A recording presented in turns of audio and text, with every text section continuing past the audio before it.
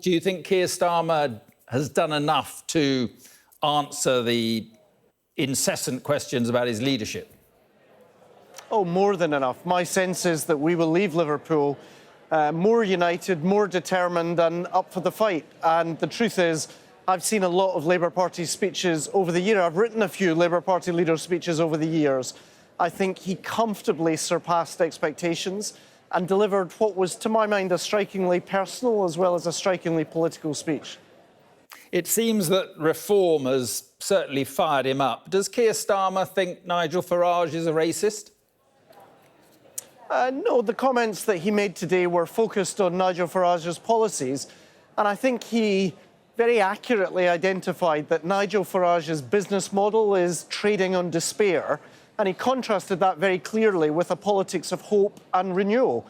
And in that sense, he set out what he thinks are going to be the key dividing lines of the coming contest, not just in the coming general election, but the character of our politics in the years ahead.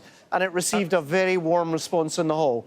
Well, you say he concentrated on policies. He called him a snake oil merchant. He was earlier called a con artist. Farage doesn't like Britain, he said. Do you think Nigel Farage is a racist? No, I think, listen, it's for others to attribute labels. I'm more focused on the substance of what Nigel Farage does.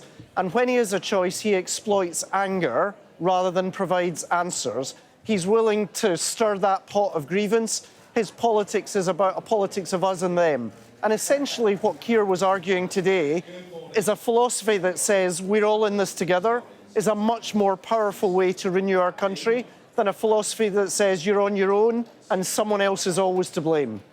But doesn't snake oil merchant saying that Nigel Farage doesn't like Britain, doesn't that in itself just, stoke the politics of division? No, I think it's an observable truth that when you hear a party question the value of Tylenol or make allegations in terms of people eating swans, the mainstream majority of British public opinion think, what is he on about? The reality is, I think that we do need to see a politics in this country that's focused on the real questions that people are asking.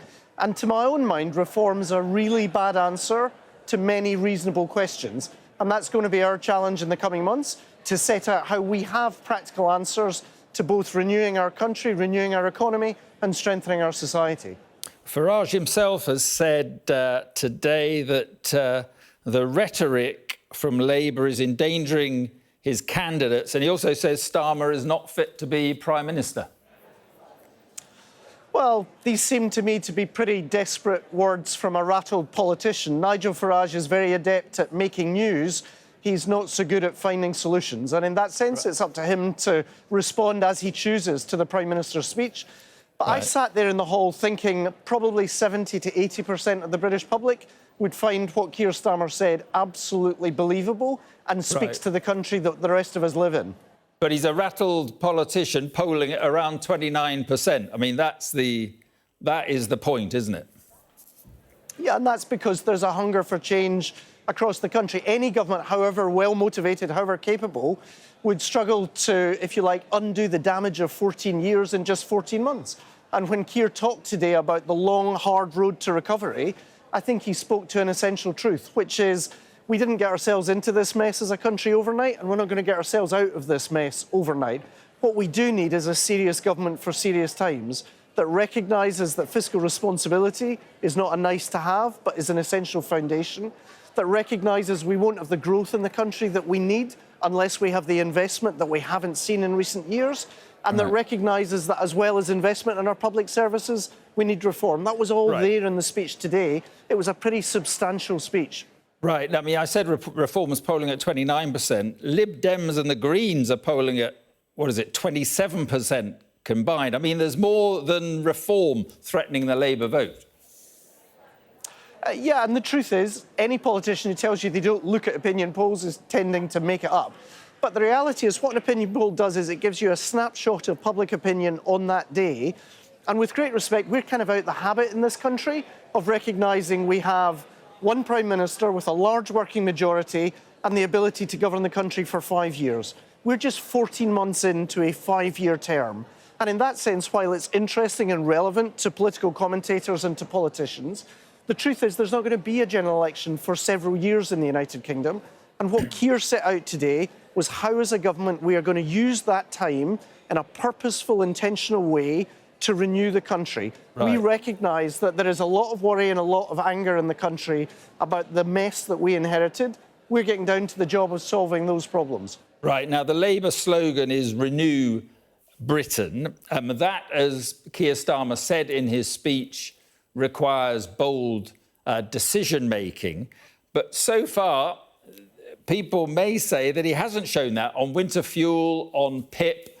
He quickly U-turned. Is he up to making the bold, unpopular decisions that will be required? Well, I think one of the things that was most impressive about the speech today was the candour with which he spoke to the Labour Party about the necessity in us challenging a global environment, both that we are really serious about our national defence and also that we are really serious about our economic strength and our fiscal rules. And in that sense, that's not always been a popular message to the Labour Party in the past, but it spoke to the fact that this is a serious man for serious times. And in that sense, I absolutely think he not only has the personal values and the personal experience to bring to the role, which he talked about at length in this speech, but also he left the party with a pretty clear sense as to the challenges ahead. Sure, these are big challenges, but we're absolutely up for that fight. Right. I mean, The Guardian's reporting that Rachel Reeves is about to lift the two-child benefit cap. Is that what is going to happen? Well, I've read The Guardian for a long time, but I'm speaking on behalf of the government, not the editorial board or the reporters in The Guardian. You wouldn't expect me to prejudge the announcements that will come, I presume, at the end of the Child Poverty Commission's work or indeed in subsequent fiscal events. I'm really not in a position to offer you anything useful on the headlines of a newspaper that I haven't seen this evening. If it is lifted, how will you pay for it?